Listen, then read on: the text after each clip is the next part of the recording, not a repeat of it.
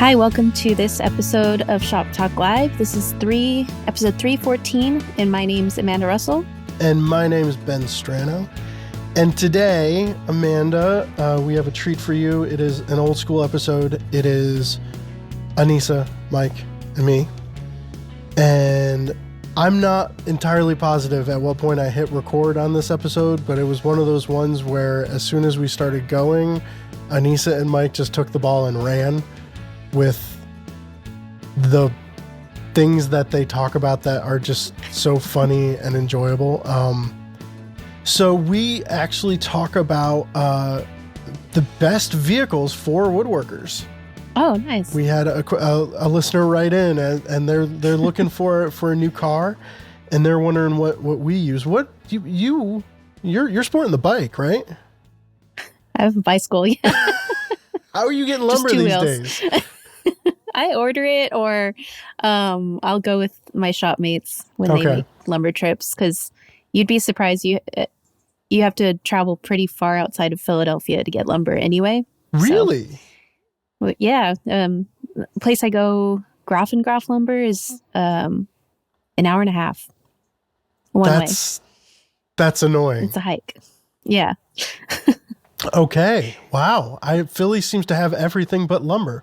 Yeah. It's not super convenient. Well, so we talk about vehicles. We also talk about how tight to make large mortise and tenon joints. So like workbench size mortise and tenon joints, and what the tolerances are like for something like that as opposed to normal regular scale furniture.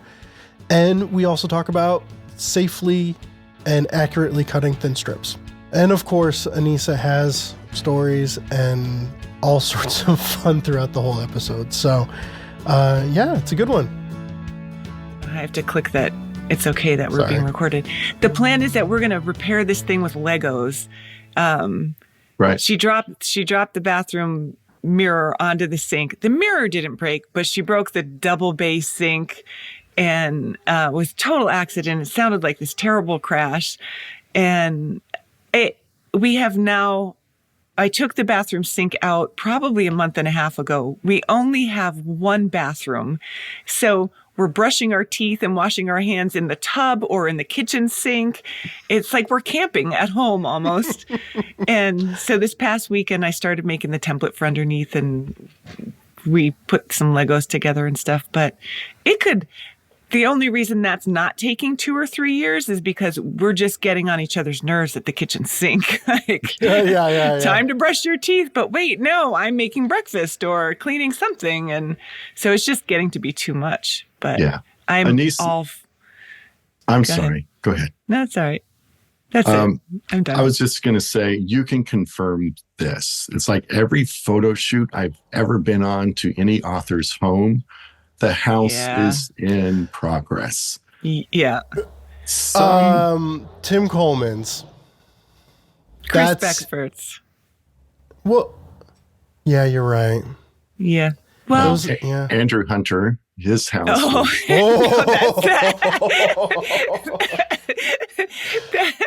We don't talk about that. Yeah, that's different. That's on a whole nother level.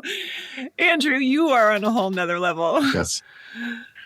And it's like, it's not a bad level. But I think Andrew's all buttoned back up, like after a little bit of time.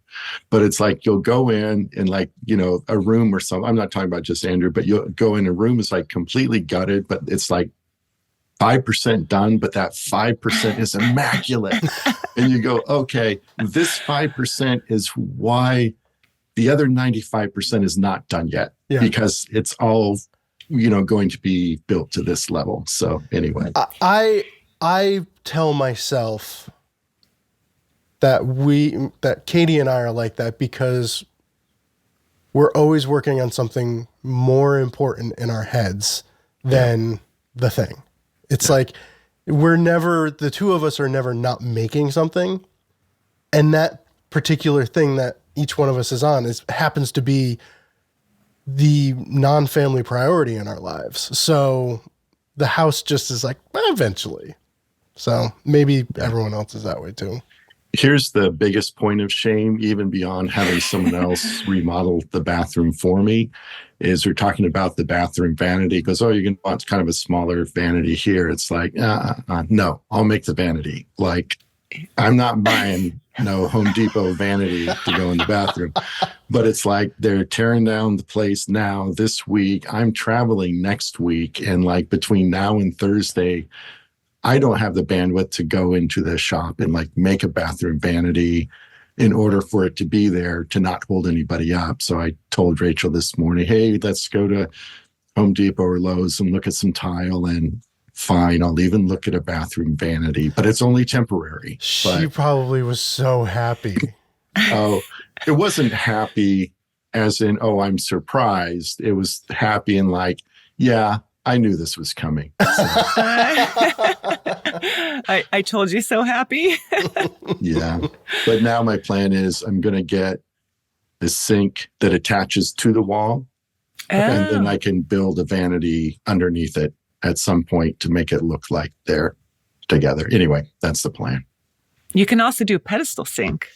Yeah, we have one. Rachel hated that thing, so I can't blame her. So no, and I like the idea of doing like a cool little cabinet, but yeah, when real life, collides with ambitions, real life tends to win. No, you first, Ben. Well, when it comes to bathroom vanities, Megan Fitzpatrick built one that like set the bar for me. That was like, oh crap, that's how I want my bathroom to look when we do it. And like everything about it was like exactly it. And I don't know if like it's better to have a nebulous goal or like a very specific goal for something like that. But for me, it's almost like one day I'm going to be scrolling through Megan's, Instagram feed looking for that cabinet again because I want to redo that. Yeah, I realized my aesthetic has changed a little bit, where everything I've done to the house to this point has always been in keeping with the age and vintage of the home. So it looks like the kitchen was original, looked like the built-ins were original. So, and this time around, I realized, no, if I'm doing a vanity, it's going to be really funky and weird, and I don't care. And yeah, but your creative aesthetic, I wouldn't be shocked if there are threads that are tied to the aesthetic of your original home. Yeah, no, I'm pretty sure no. Yeah, I think it's just going to be, it's probably going to have dovetails that stick out, Yeah. So, yeah. Anyway, so, yeah, so I got to come up with a temporary fix just to allow me the little time to get something in there without getting some sort of particle board in place. That would kill me. It's a good plan.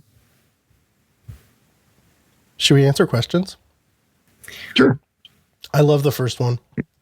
Me too. Well, I don't know if my first is your first because you changed the order on us. I know, I do that, don't I? I'm the worst. This first question is from Thomas. And like, this is one of those questions where I love it because I don't think anyone is going to expect the answer from us or even our contributors. But from Thomas, I'm beginning to think about buying a new car because woodworking is life. I want whatever vehicle I end up buying to be useful for lumber and material purchases. So I naturally started thinking about a truck. I work in a congested part of Washington, D.C., and feel that the utility of a full-size pickup isn't really worth the sacrifices. Poor fuel economy, difficult to drive in the city, no trunk, or need to buy a tonneau cover, etc. Also, being honest, I tend to buy material only about once or twice a month at most. I've been thinking about mid-size or compact trucks, but these would still have the trunk issue and frequently have pretty short beds. SUVs with a roof racks have started to seem like an intriguing option, maybe combined with a trailer. I'd love to hear about what sort of vehicles the fine woodworking crew drives and your general thoughts on the topic. Well, Subaru doesn't make a pickup truck, so we're not allowed to buy them. They are, but not yet. Oh, are they gonna? You know how like the small pickups, like the Maverick, they're like kind of like the new thing, I guess. And Subaru used to have, what was it, the Baja? The Brat. The Brat, Oh, the Subaru. Was it the Brat? It was like a little mini. So ugly, pickup, it was beautiful. El Camino kind of style. Yeah. Maybe bring that back. But Anissa, you said you like this question. What are you thinking about? Well, I love this question, but I'm all over the place with this question. I miss my Ford F-150 pickup truck like you wouldn't believe. I mean, it was great. You didn't have to, for the most part, tie anything down. You just put it in the back. It's so easy. You can put a full sheet of plywood in there. It was just easy. Kayaks, anything. What year was that? It was an 85. And you had the big cover for it too, right? Yeah, it came with the big cover. Yeah. Oh, actually, we were messaging about something else, but I got that thing shipped from California for $900. I bought it on eBay. And I was going to fly out and just drive it back, and I decided to just get it shipped. But it was not great on gas, but as far as getting materials to and from, it was super easy. Definitely not good on gas.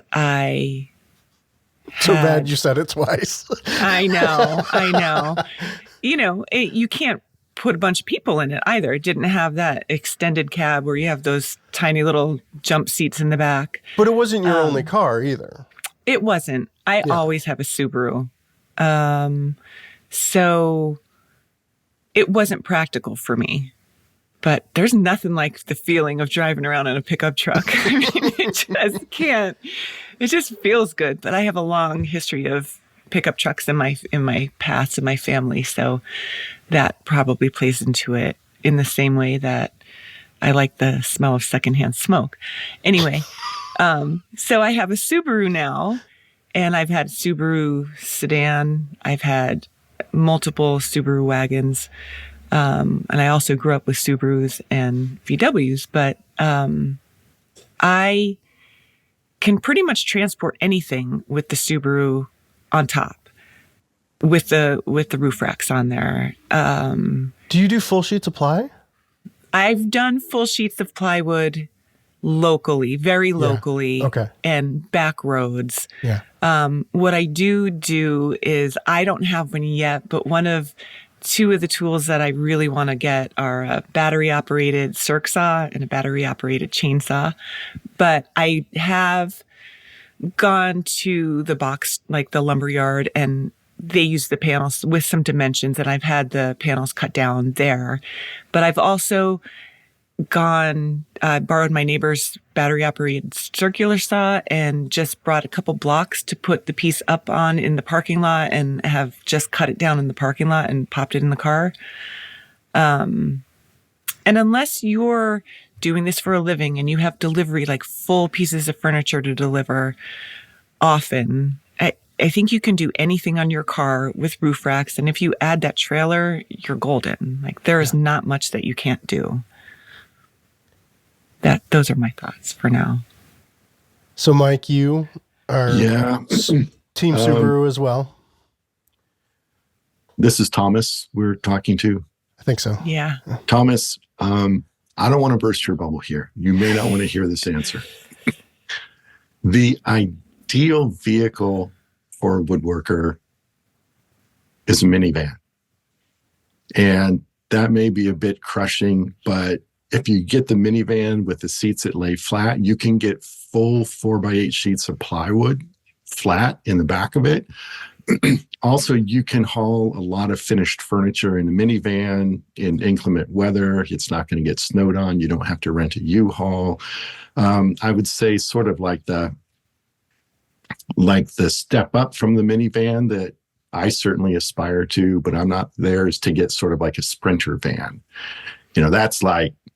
That's awesome, because then you can outfit that for like camping and stuff. And then also, keep it open for furniture. My friend Andy Pecklow has a Sprinter van, and he has it situated exactly that same way. So that's been my dream car, like, ever since then. But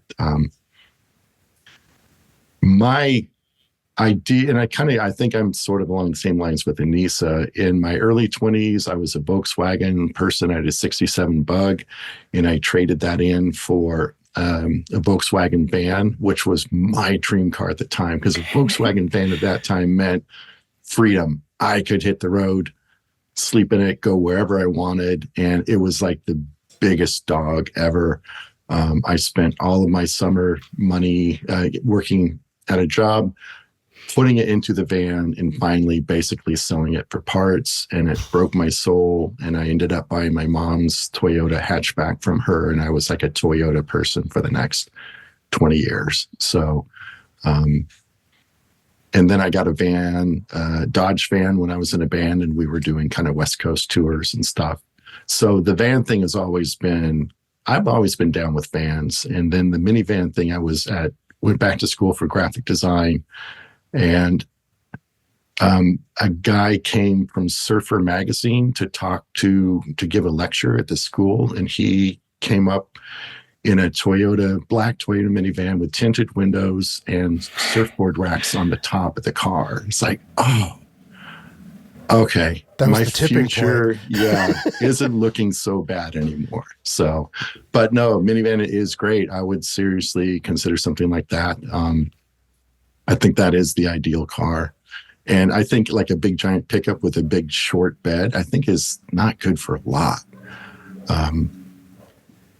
It's sad when you see, a big giant pickup looks like a little 5-foot bed maybe, and they have a 2x4 sticking out, and over half the 2x4s are sticking out past the lift gate. It's like, sorry, that's not really a truck, but that's okay. So I had a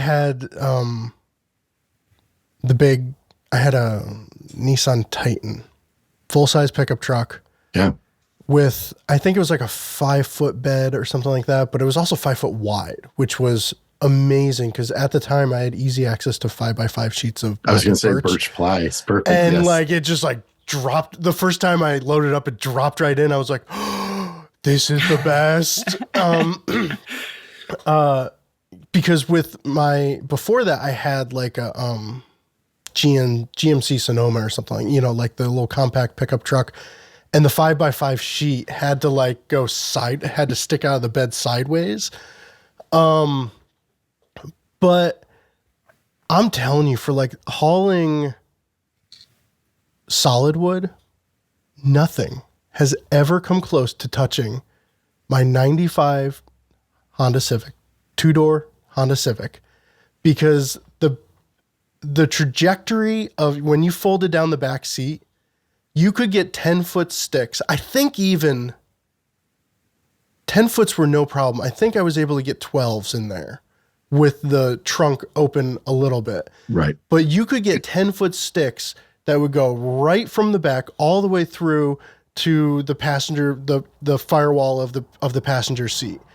And I could haul like 100 board foot of 10-foot hardwood without issue at all. Close the trunk, close all the doors. It was the best. And then I proceeded to get a pickup truck, and all of a sudden 10-foot sticks were more of an issue. I had to, make sure that they were all tied down. I had to blah, blah, And then I got the Titan, which was full size, but 4 doors, and it got worse. I felt like the bigger the truck I got, the worse my lumber hauling became.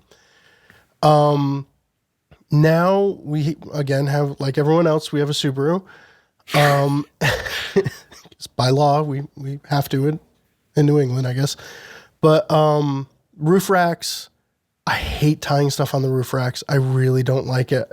I did four. You yeah, but you're a little bit more extreme. You climb mountains and stuff, and like.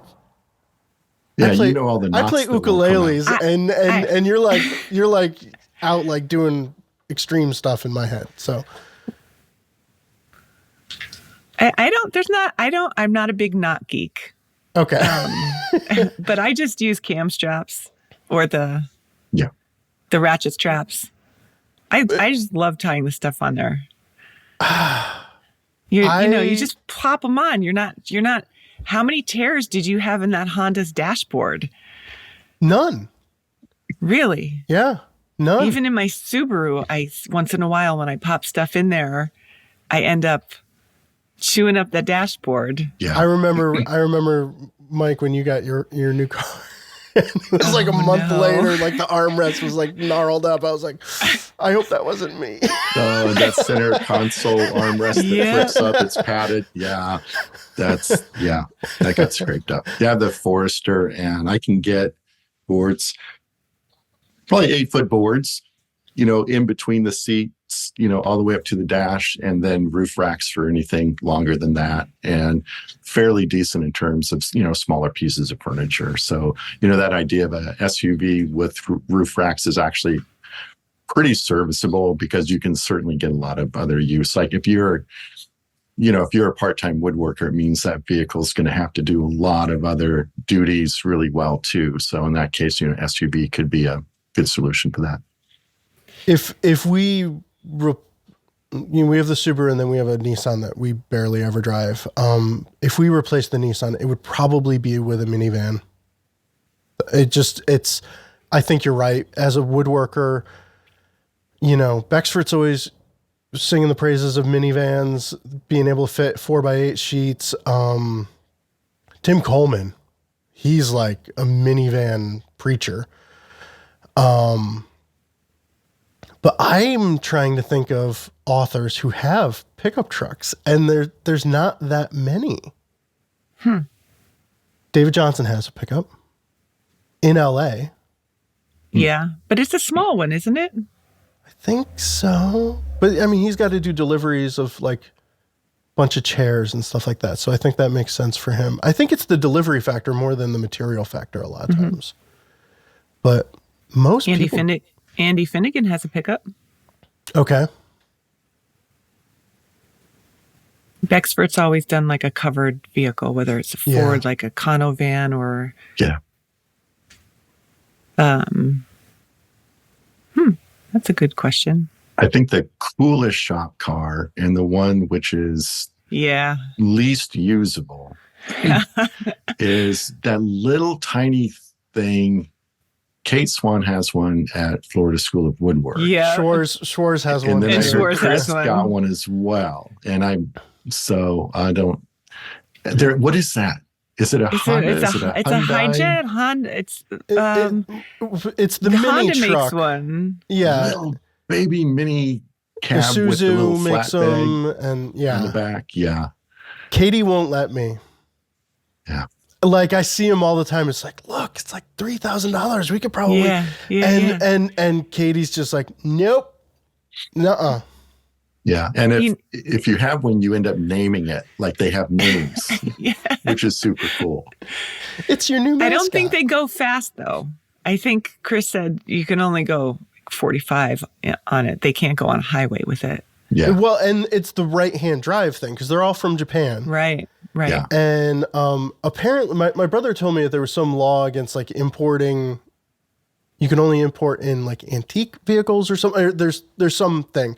That's why all of a sudden there's like this rush of them because they all hit this age that they're able to be brought into the country and be put on the road. I think in the past it was always like farm trucks. But yeah, little teeny tiny thing, right-hand drive. It's the right-hand drive that Katie's just like, nope, not doing it. So did you drive that one, Mike? No. Kate says, oh, you don't have to rent a car while you're here. You can just use the little truck. It's like, I'll rent a car. That's on me. I'll pay for that. So, no, I haven't taken that out yet. All right. I'm curious how difficult it is to drive. But yeah, minivan. Sorry, Thomas. But yeah, just own it. You asked. Own up. Yep. All right. This question is from Andrew. And this question I picked because it seems obvious at first, but then it's like, ooh. All right. I'm building a workbench with mortise and tenon joinery, connecting the legs to the tabletop and the stretchers to the legs.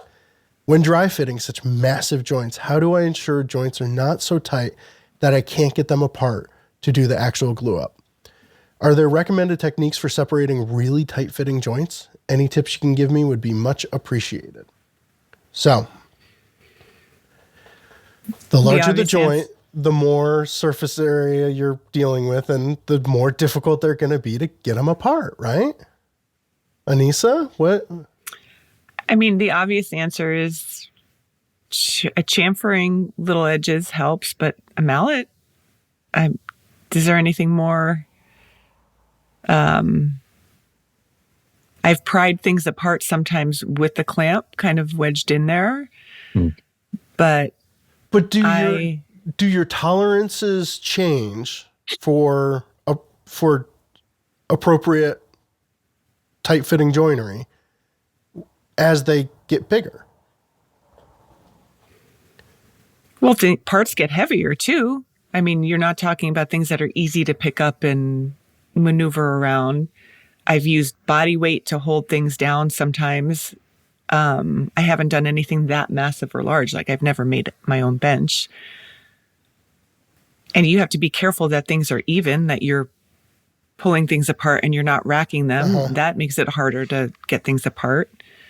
Or maybe my joinery is just so bad that I've never had major problems getting anything apart. But usually tapping with a block and a mallet can take care of it. But with something that big too, if you're tapping on one end and have something weighing down the other side and it's coming up at an angle, that causes a problem too.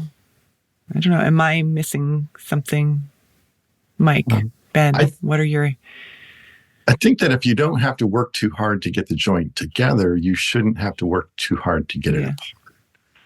And the other thing on big stuff, in a way, the fit of the joint is not critical if you're using something like drawbore pins to pull everything together, in which case the tenon can be a little bit sloppy in there because, as you drive the pin in it through offset holes, it pulls the joint tight. So you're just triangulating between the pin and the shoulders of that tenon piece to get it really tight. So the fit of the tenon isn't totally critical.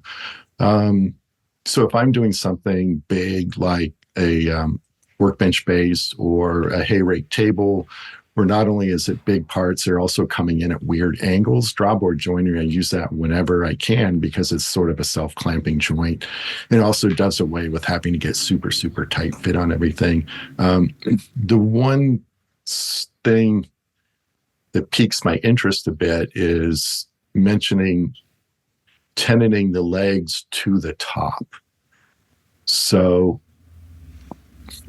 I'm guessing that's going to be a non-through tenon. I don't know. There's a lot of rubots with through, and I was going to bring that up. Is like every time I look at that, it's like, you're brave. Yeah, but that's like a weird sort of angled kind of tenon thing going up, right? Sometimes it's like a double tenon with the one is dovetailed and one's not. Yeah, and, it's a beautiful joint. If you're beautiful, but yeah. I'm not doing that. Yeah, so it's an interesting joint to fit. The bottom line is fit every single joint individually, one at a time. Make sure every tenon fits in its respective mortise and mark them so you're not mixing up pieces. So you're creating a custom fit, and only after everything fits individually, then you can do your dry fit. And typically, like a workbench, you're probably dealing with subcomponents, like you're probably attaching, a pair of legs on one end with a cross piece and then pulling everything together with longer pieces. So you can also do all of your dry fitting and also eventual assembly, in sub-assemblies, which is super smart anyway, may make things a little bit easier for you. But just go for it. It doesn't have to be super tight. You shouldn't really be killing yourself to get this kind of unhumanly tight joint, especially for a workbench. And it's just going to make life a little bit more difficult for yourself. So just, do your best, get a comfortable fit. That whole idea where, mortise and tenon should go together by hand. And when you hold up the tenon piece, the mortise piece shouldn't fall off. So that's kind of my normal rule of thumb, and maybe for something like a workbench with really big parts, especially with the drawboard joint, I'll hold it up and that mortise piece will often just fall off. That's like it's not a deal breaker. But yeah, I don't think you have to go overly tight. And depending how you're holding everything together, you know, you may be able to kind of relax your tolerances a little bit anyway. I think that this particular crew, and maybe this podcast in general, is the type that is like, it's a workbench, move on. And if you're doing like the through joinery on a workbench, I think that's like the decision you make. That you are taking this on to be perfect, and the rest of us are just like, good luck. I will say this. I think a big Rubo bench, every time I've seen them go together or whatever, it's like that, you know, you fit each individual joint to the top, but then at some point the top is going on the bottom carcass. And I don't think that there is a dry fit there. I think your dry fit was the individuals, and then it's going. Then once it's down, and there she be, you know? So, I don't ever anticipate somebody pulling the top off and being like, okay, yeah, it fit, you know? So I wouldn't worry about that. Another thing that I just need to point out, I don't know if you two have had it happen, but when you are pulling apart tight fitting joints, just be careful of the recoil. When that joint comes out, I have whacked myself in the head pretty solidly and left a mark. So, always think like, where is this piece of wood going when it's done? Have you had that happen, Anissa? Oh, no, I've just whacked my kids in the head taking things apart. No, I have. No. I had to get a prop, and this is something that it is a tip I offer in every class I teach, and it's one I use all the time. That is, if you have two parts, whether it's mortise and tenon, or in this case, dovetails, and you need to get this off of here, this portion goes flat on the workbench. That stays there. You're just kind of lifting this up with a little pressure, and you're banging down on this board, so this just comes up when it's done. You're never kind of banging this thing up in the air. I do know a number of woodworkers with that little indent in their forehead from like pulling a tenon piece off of a...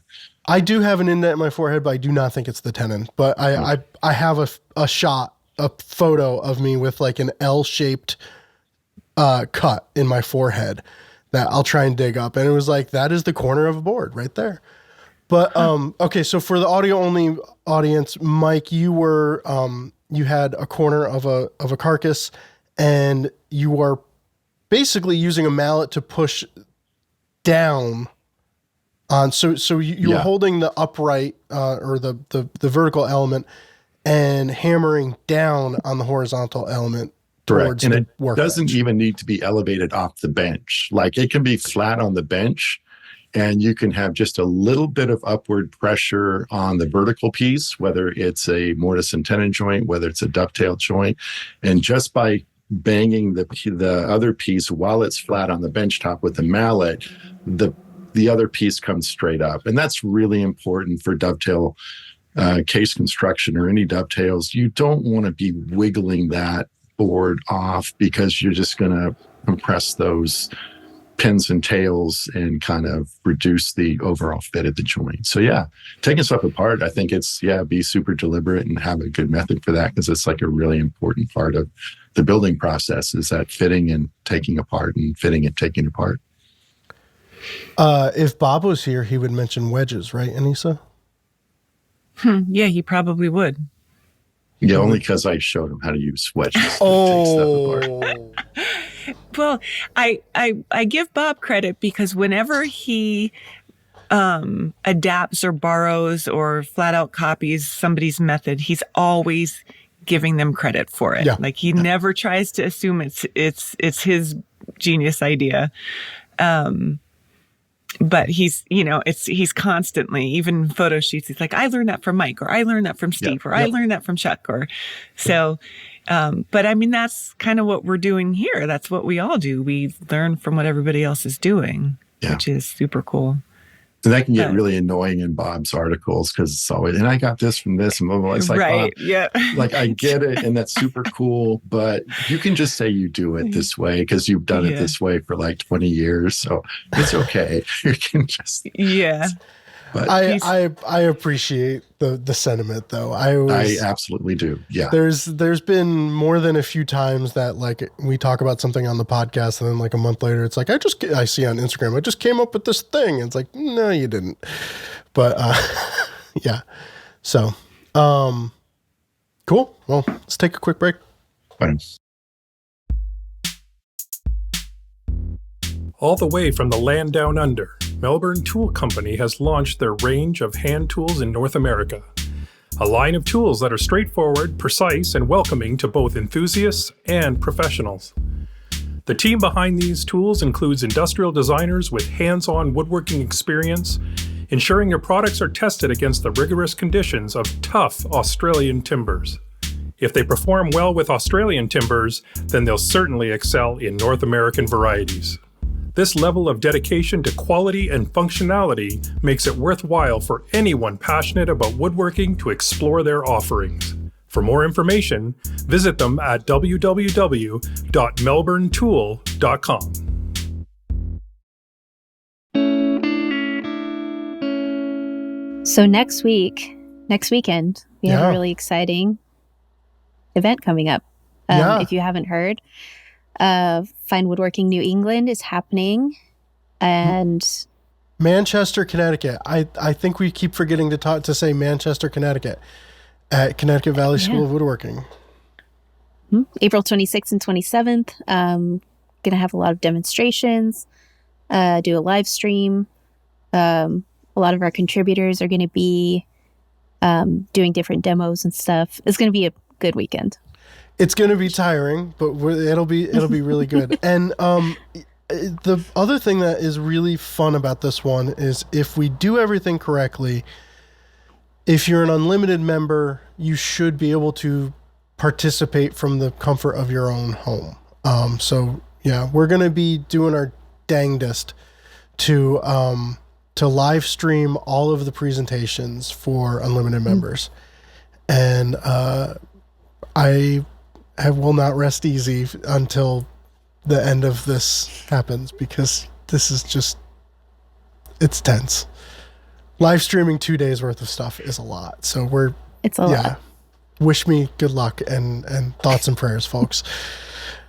But speaking of live streaming, Amanda, you will be in the hot seat for live streaming with Mike's design course, which people still have time to sign up for, right? Mm-hmm.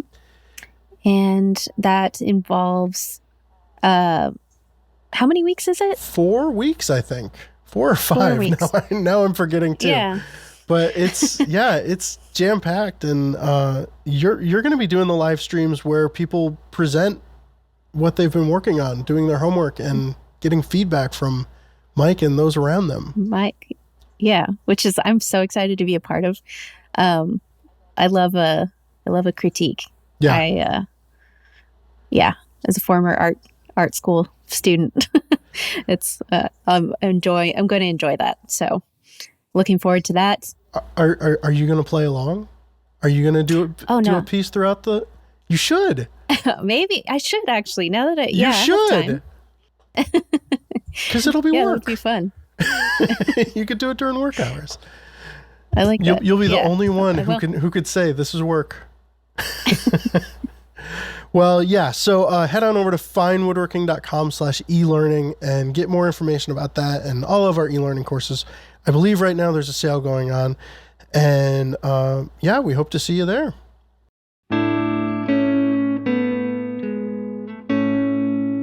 Are we back on the area? I guess so. Right. I can do an all-time favorite technique if y'all are game to hear my all-time favorite technique. Yes, please. Okay. I am flat out in love with splines. I sold my domino. And now, you okay, Anissa? Yeah, I can't stand my cat. Go ahead. Okay. Sorry. I sold my domino, and in the past, if I was putting together like a plywood carcass or something like that, I would domino it. And then Mike Farrington kind of changed me, and I think he was on the show and we talked about, domino versus biscuits. And he was like, no, plywood carcass is biscuits. That's what that's for. And all of his reasons were 100% sound. Dude knows what he's talking about. And so that was one reason why I sold the domino. Is I'm not going to use it for that. And I have a biscuit joiner, but it's always in a drawer and it's always whatever. And my table saw is always right there. So recently I built the CNC bench or whatever, and I splined the legs for that, and it just made assembling everything together effortless because registration is just done. And last week or so, I made a little table for my drill press. It's a 2-level table so that I can raise and lower it like 4 inches at a time. That's very, a cool very table. easily. Thank you. Yeah, it is. You posted that, right? Yeah. Yeah. Yeah, it was proclaimed on YouTube that Mike Pekovich surely could not approve of this. Well, there you go. You're wrong. It's awesome. But to make it, I needed, so it's 2 levels, but if those levels were not perfectly parallel to one another, it's not going to function its primary purpose of if I put one level referencing off the top of the drill press table and it's trammed in and I move it, it's not going to be trammed in anymore if those levels are not perfectly perpendicular. So again, I just used splines and just cut like a groove in the sides. So, table saw fences over, half of an inch from the blade, cut a groove in the slot in the sides. And then for the top, I held the piece upright, cut that groove. So the top winds up perfectly flush to the top of the sides because their same reference is on the table saw fence. And then I just move the fence over 3 inches or 3 1/4 inches and zip the second set of splines, cut the splines out on the bandsaw super fast. I didn't need to sand them, and they were fine, put it together. It's quick assembly. It kind of looks a little cooler. It's a plywood carcass, but it's like, ooh, a little spline there, cherry spline. Yeah. And it gets everything exactly in the right spot. And it's just like, this is so much simpler than I've always overcomplicated making plywood cases, especially. And it just makes everything so simple and accurate. And I am in love with splines. Cool. Splines are good. I think splines have sort of been lost to history a little bit, like with other joinery tools and stuff coming around. So, yeah, splines are awesome. What do you have, Anissa?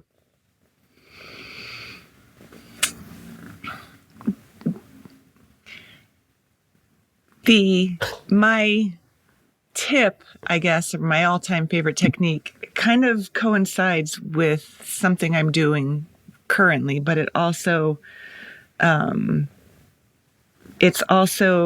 of overlapping into Marlon's question. But part of that is right now I'm taking my attic windows out, and they're curved. They have a curved top.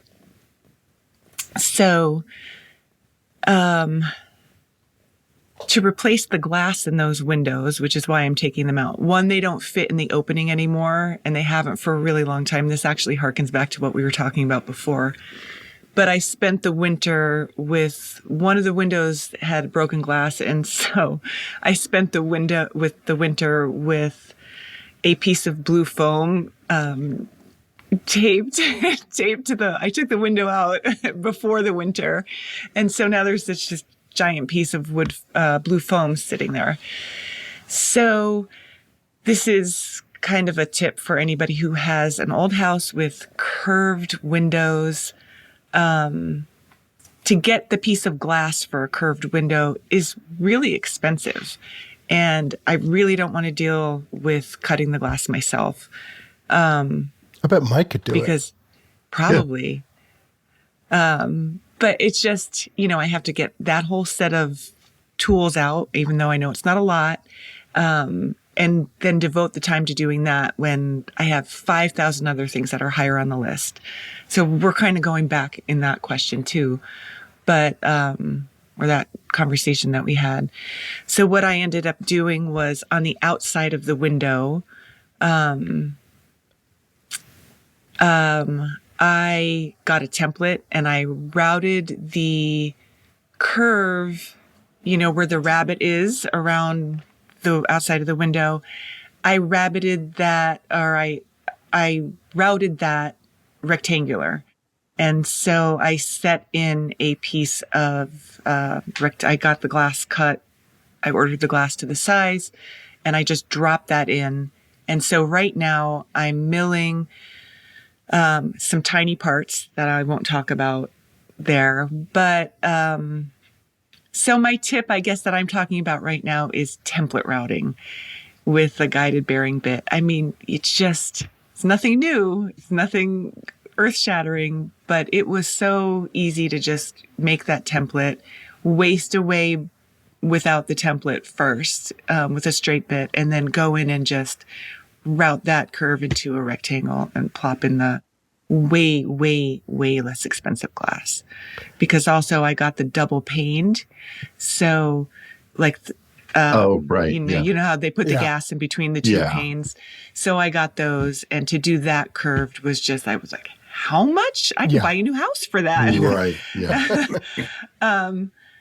So template routing is my tip of the day. For anybody who has curved windows and you want to preserve those windows in an older house, it's a more economical way of doing that. Very cool. I think more often than not in woodworking, the answer is template routing. It's just, and I think each and every one of us more than once has just been like, I just need to proclaim my love of template routing. It's even with the Lego sink, that's one of the things that I was doing, tracing things and getting patterns done. And so I could trace out the spot that I needed to template route the Legos, which I don't know how that's going to go, but we'll see. I'm a big fan of the template routing technique. Mike, you got anything? Yeah.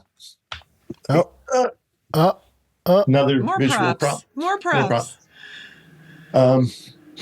My favorite technique of all time of the week is to actually finish a project that's been hanging around.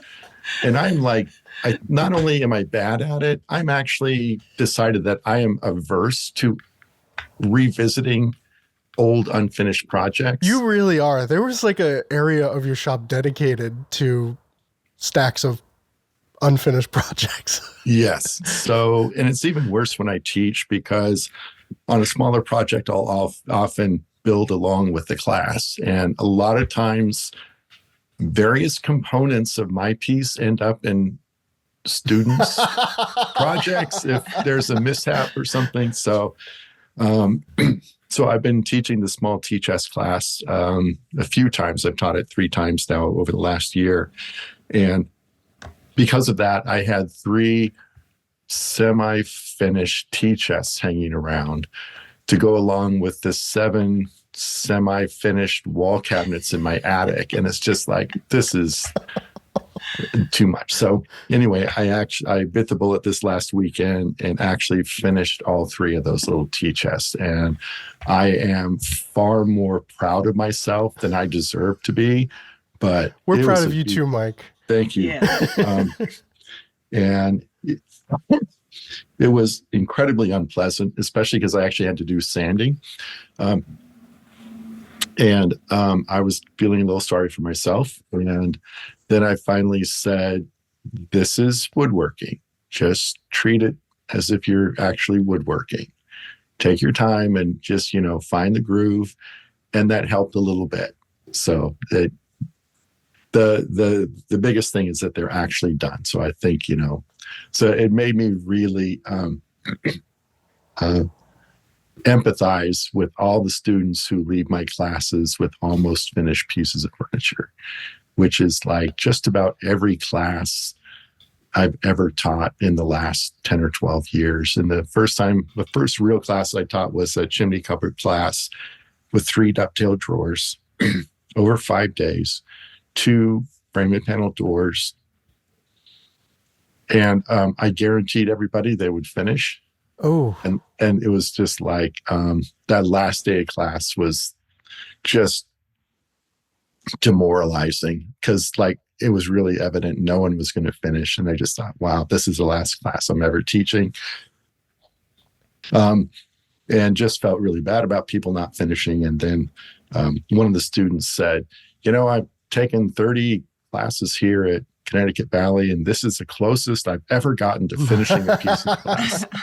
And then he went in to say, like, those other 30 projects still weren't finished. Like, they were sitting in his basement shop. And so that made me feel a little bit better, and it helped me kind of manage my expectations moving forward. But still, even now I know that, even leaving a little stuff to do can still be a real task, especially if you wait for a couple of weeks or a month and then you come back to it. It's like, oh, what am I doing? What did I have left to do? And where was that set of drawer parts I hadn't glued together yet? And anyway, so I don't know. I guess it's just finish it up or put it aside and start on something else that you really want to be making if you need to do that. Just do whatever your heart tells you to do. Yeah. Either way. Yeah, because that unfinished project can be a stumbling block to moving on to be doing other stuff. And that can be a real negative thing. Even if it's a workbench, like half done, and you're working on this little temporary thing while you're building the really big workbench and it's starting to drag you down, just make other stuff. I'm not saying, turn your back on the workbench, but just don't let any big project like that really keep you from just making stuff you want to be making. Yeah. Agreed. Yeah. Time for one more question. Oh. This one is from Marlon. My question is about what I want to be a simple task that often turns out to be time-consuming and frustrating. Cutting thin, uniform strips of wood. These could be accents for laminating cutting boards, corner splines and picture frames, kumiko pieces, or thin strips for bent laminations. The issue I always encounter, and what I'd like your input on solving, is that these strips never come out perfectly uniform.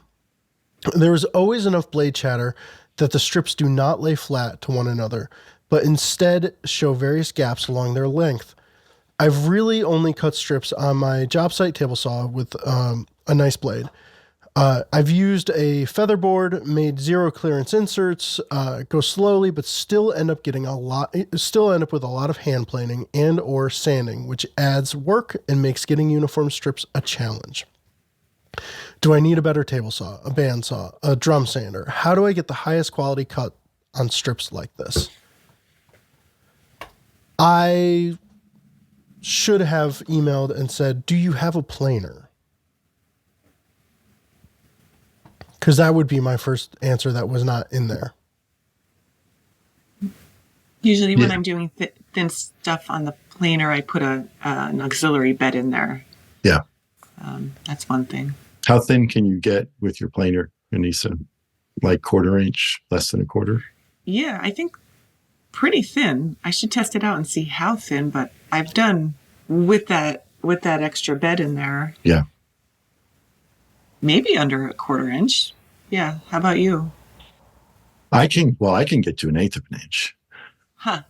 So I'm just saying, I have like an old Delta Rockwell planer, which was one of the good things about it is it's actually really good at doing super thin stuff. So yeah, I can do like 1/8 of an inch with the understanding I'm going to lose some material, Right. it's not 100%, but that is a good way to go. I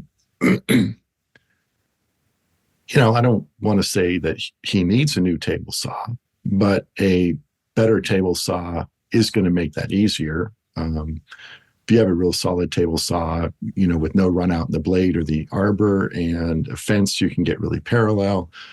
And a sharp blade, you can do thin strips really accurately all day long. I do all of my Kumiko strips, which are 1/8 of an inch thick, just on the table saw with a sharp, thin kerf grip blade.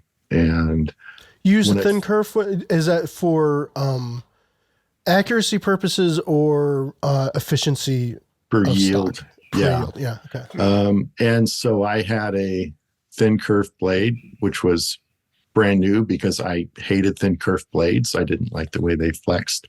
And so the blade I had just happened to be really sharp, and it worked really well. I had anticipated having to hand plane or block plane these strips to remove the table saw marks after the fact. And I didn't need to, but a block plane is a really good way to get things to consistent thickness. I don't know when the last time we've done that, but people make these little jiggy thing, shooting board things. And there's basically 2 L-shaped pieces that are running parallel that elevates the block plane off the bed. And you can dial in you dial in the general thickness by the thickness of the L pieces, and then you micro adjust with the depth of the blade. You can really dial in planing things to final thickness really, really accurately and really flat and parallel. Yeah. I'm remembering this is what I thought you were going to say before, Mike. There's a jig that you can use on the table saw too, which is basically a block, and it has, I think Tom McKenna may have done it was a tips at one point. I think Tom McKenna did a video and it makes a lot of sense too. So you have a block, and it has like a notch cut out that you could put your piece of stock in, and then you're ripping with your stock in that, and you're setting the blade to the thickness of the block with that notch that has the stop in it, and then you have repeated cuts. So like if your notch is a 1/4 inch, you can just keep cutting those 1/4 inch pieces from that. Does that make sense the way I'm describing it? I can see the video right now. Mm-hmm. I'll find it and I'll send it to you, Ben. Yeah. But that's a really quick, easy way. So I just need to up the ante. I've done 2 millimeters on my planer. It's not something I necessarily recommend because every now and then it does just explode. Did I say 1/8 of an inch? I know what I'm doing when I get off the Zoom. No, I've actually thought about doing a video of like how thin you plane on. I want to do it on. I've got a DeWalt 734, and then we've got a 735 at work, and then we've got the Grizzly at work, and be like, how thin can you plane on these? But I will say, it's like if there's figure in a board, if there's it goes right out. I mean, I'm talking the times that I've done 2 millimeter was like straight grain cherry that was like very cooperative, and that's And that sound when it's blowing out, like even with the sound of the planer and the sound of the dust collector, like what's happening. It's such a distinctive. You're feeding the board in one end and nothing is coming out the other side. Yes, that has happened. So I think that Michael Fortune explained it that the closer the in-feed and out-feed rollers are to the blade, that makes it easier to do thin stuff because it's supporting the stock closer to the blade cutter head as it goes in and closer to the cutter head as it exits. And if your feed rollers are really kind of spaced out, that thin stock can do a whole lot between the in-feed roller and by the time it hits the cutter head. There's a particular planer that's sold at Canadian Tire, I think. It's like a Mastercraft planer that is like the bottom budget planer available in Canada. And he's like, these are worth their weight in gold. Yeah, it's a particular one. And every time I think about going to Canada, I'm always like, maybe I should come back with that Mastercraft planer.